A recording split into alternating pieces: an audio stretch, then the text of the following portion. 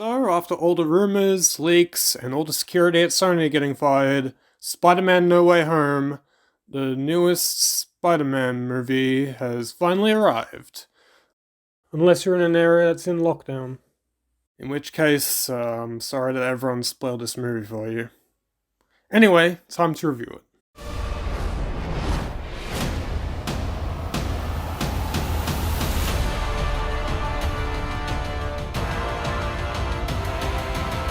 Okay, first of all, this is going to be a spoiler-filled review.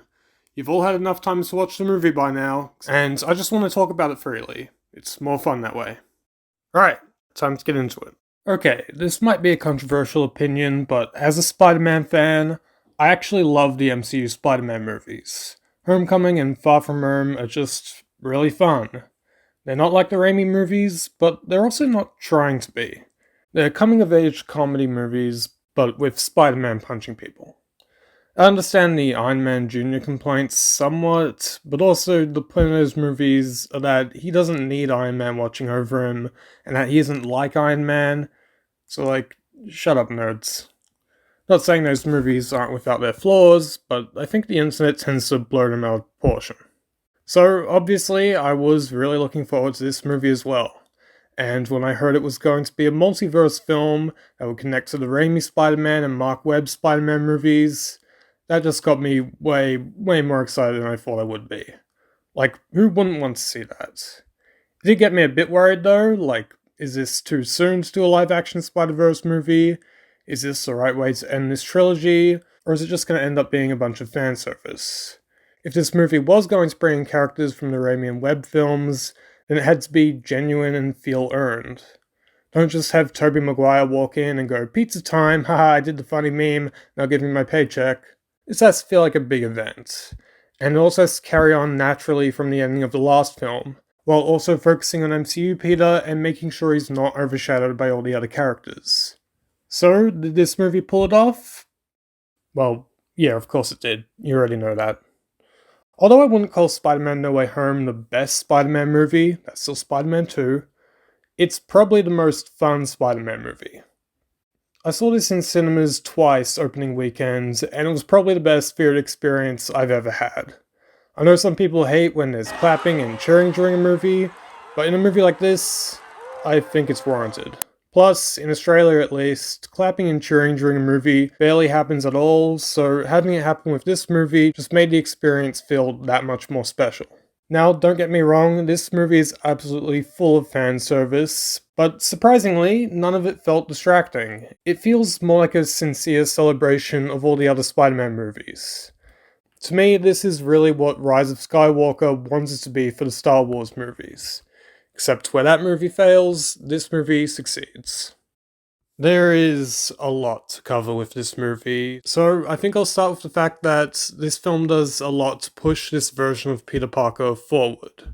I think his character has grown a lot since we first saw him in the MCU, and he's a lot less reckless and is more mature. But he still makes mistakes. He makes a pretty selfish decision in asking Doctor Strange to make everyone forget he's Spider-Man, while also trying to maintain the relationships he has in his life. And he ends up having to sacrifice a lot because of this mistake. Far From Home had a pretty light and easygoing tone, and aside from the mid-credit scene, Peter doesn't really face a lot of consequences, especially compared to other Spider-Man movies, which is one of the reasons I think a lot of Spider-Man fans didn't like it. But in this movie, Peter goes through a lot. This is probably the most emotionally charged Spider-Man movie ever. I mean, just in terms of all the loss Peter suffers through, it definitely feels like it. And honestly, that makes him feel more like the Spider-Man we know from the other movies and the comics. Again, I've always really liked this version of Peter, but it did always feel like this was early days Spider-Man. But by the end of this movie, he's more like the Raimi Spider-Man. And I think the Raimi movies had a lot of influence on this, including in John Watts' directing. Although the directing definitely isn't as stylized, Watts is able to balance tone with a lot of comedy and also a lot of serious elements that I don't think I've seen presented in this kind of way since the Raimi movies. A lot of the time with the MCU, it feels like the movies come to a grinding halt, have a jokey moment, or it gets in the way of a more serious scene, but I think all the comedic elements in this were integrated really well. There's only one joke which felt out of place, where Ned was saying thank you to the cape, which was right before a pretty intense battle with the Green Goblin. It was kind of a weird part to put a joke, but that was really it. That was the only little comedic bit I didn't like, and the rest of the jokes worked really well and were for the most part really funny. It's honestly a miracle that this movie has so much going on, yet it doesn't feel overstuffed. And I don't think John Watts or the writers Chris McKenna and Eric Summers are getting enough credit for that. Usually with Marvel movies, credit mainly goes towards Marvel Studios and Kevin Feige, and, you know, they definitely deserve a lot of credit as well. But come on, give more credit to the director and writers here. But yeah, the fact that this movie is able to juggle so many characters, has to resolve plot threads and cliffhangers from the last movie, and serves as sort of a continuation of the Raimi and Webb Spider-Man movies all at once, without it becoming a big mess, is extremely impressive. Alright, I've talked enough about the stuff I know you guys don't really care about, so I'm just gonna get right into all the good stuff. All the returning characters that everyone was excited to see in order. So starting off with Matt Murdock, who, despite all the rumors, I wasn't entirely confident we'd see. I was 100% sure we'd see Toby and Andrew, and I'll get to them soon, but definitely not Charlie Cox as Matt Murdock. And yeah, it was great seeing him again, even if it was just a glorified cameo, but it was still a really fun scene, and it doesn't feel forced in.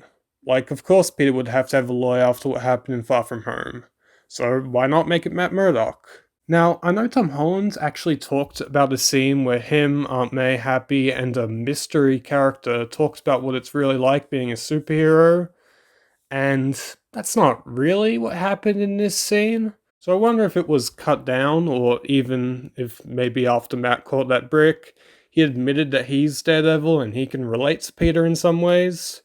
I don't know.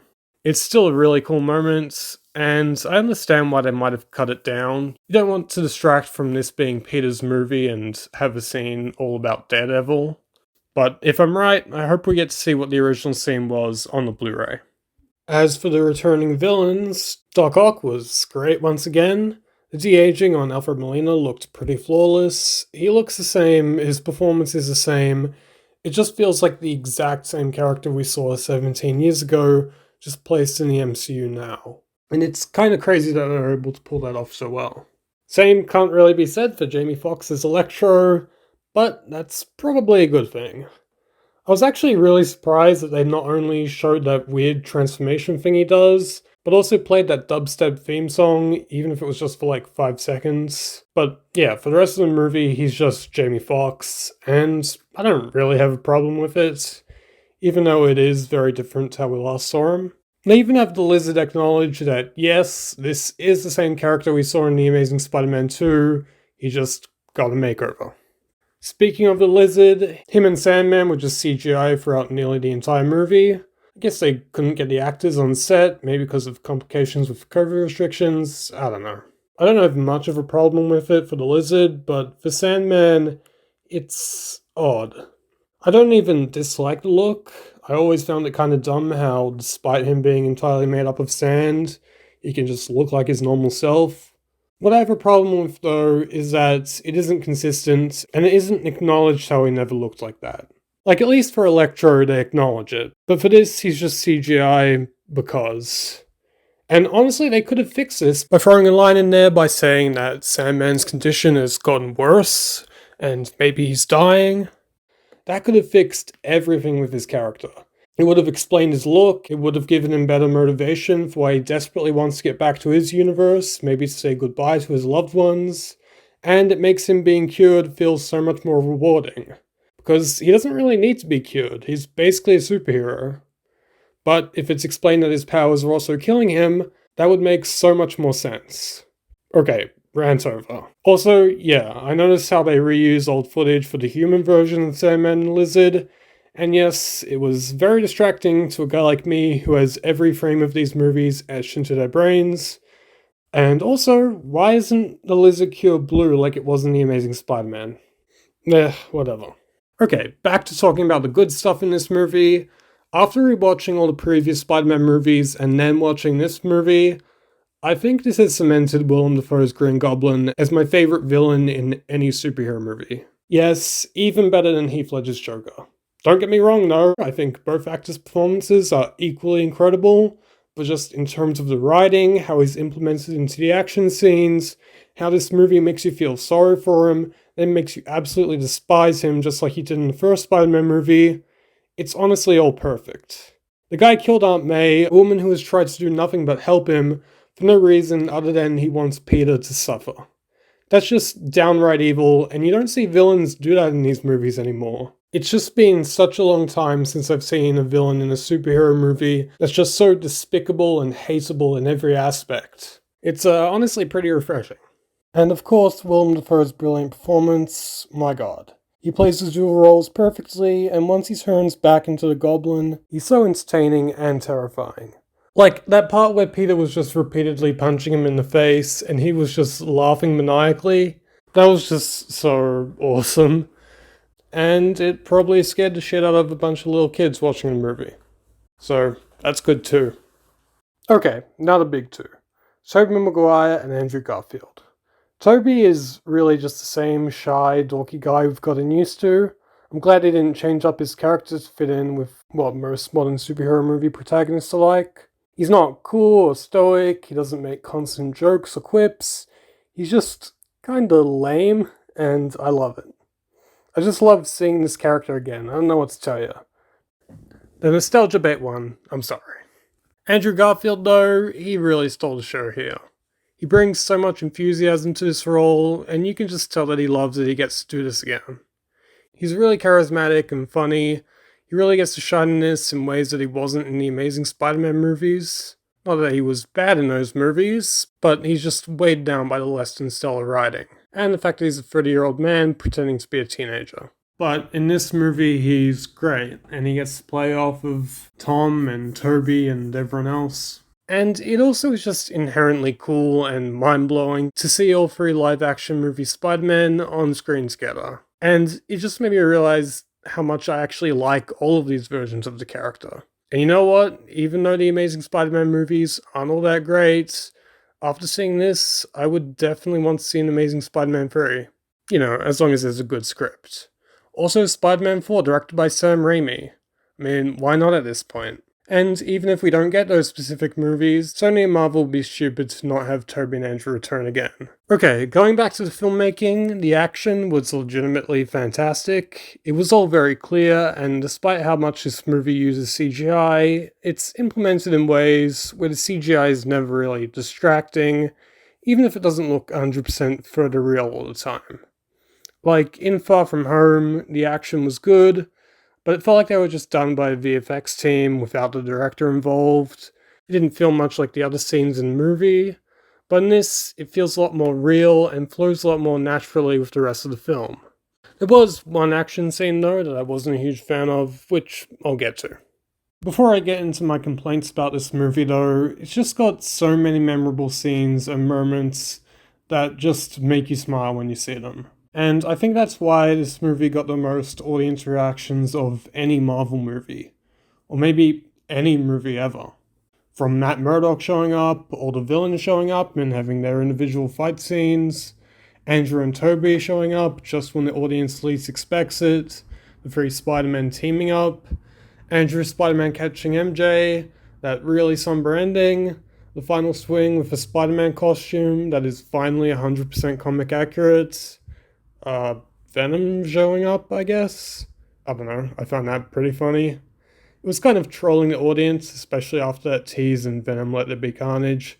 But I just found it really funny that while all this drama was going on, Eddie Brock was just getting drunk and having MCU lore explained to him. That's great. Okay, as for the negatives, there's some bad green screen throughout, and I think it was pretty obvious that this film was heavily impacted by COVID in terms of what they were able to film and how much they had to do on the green screen. Now, everyone has already mentioned this at this point, but Doctor Strange should have just explained to Peter what his spell did before he literally started conducting the spell. I usually don't care about plot holes, but that was just kinda dumb. Also, the cynical part of my brain likes to look at specific creative decisions made in movies and go, ah, that's why they did that. So for Thomas Peter to have like 5 different Spider-Man suits, it's pretty obvious they just did this to sell toys. And yeah, I know every superhero movie does this, but here, there's no real story reason. Like, his suit gets splashed with green paint, and that's the reason he wears the Iron Spider, and then he changes into the suit just inside out. Okay.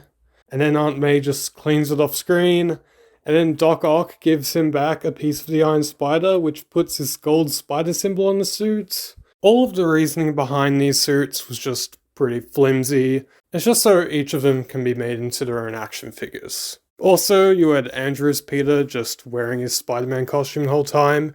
Meanwhile, I'm sure Toby just didn't really want to wear his costume the whole time, so he's just wearing whatever. Like, that has to be the reason, right? Probably. It's not really a complaint, it's just a theory of mine. Aunt May's death didn't really hit that hard. I'm just going to use footage from the game here, but I don't know, characters dying in movies usually doesn't make me feel that emotional anyway, but I think this could have been handled a little bit better. Marissa Tomei and Tom Holland are giving it their all, but it was all just a bit cheesy. The music was a bit much, and her saying, with great power comes great responsibility. I think it would have been better if she said that earlier in the film, when convincing Peter to help out all the villains. In that scene, it felt pretty tacked on. I'm also a bit unclear on how she died. It was just all a bit vague on what her injury even was. Also, finally getting to that action scene I wasn't a big fan of. They try to do a bit of a recreation of that brutal fight between Green Goblin and Spider-Man from the first film, but they change it so Spider-Man is beating Green Goblin, but it's just not as brutal or impactful. It just lacks brutality that Raimi brought to it. They keep cutting away from the Goblin's face when he's getting beat up.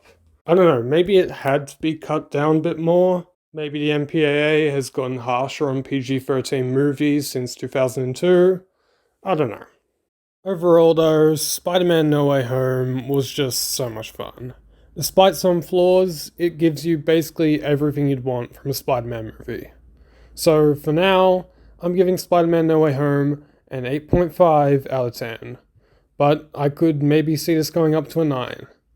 I just feel like I have to rewatch it at home without a cheering audience to make sure. I think a lot of Marvel movies don't work as well on repeat viewings, especially the more event-type films, but this just has so much that I love that I'm really looking forward to watching it again as soon as it's out on Blu-ray. Anyway, that's what I thought about Spider-Man No Way Home. Thanks for watching, I really appreciate it. If you want, you can follow me on Twitter @CinemaGeekYT, leave a like, and subscribe for more videos like this one.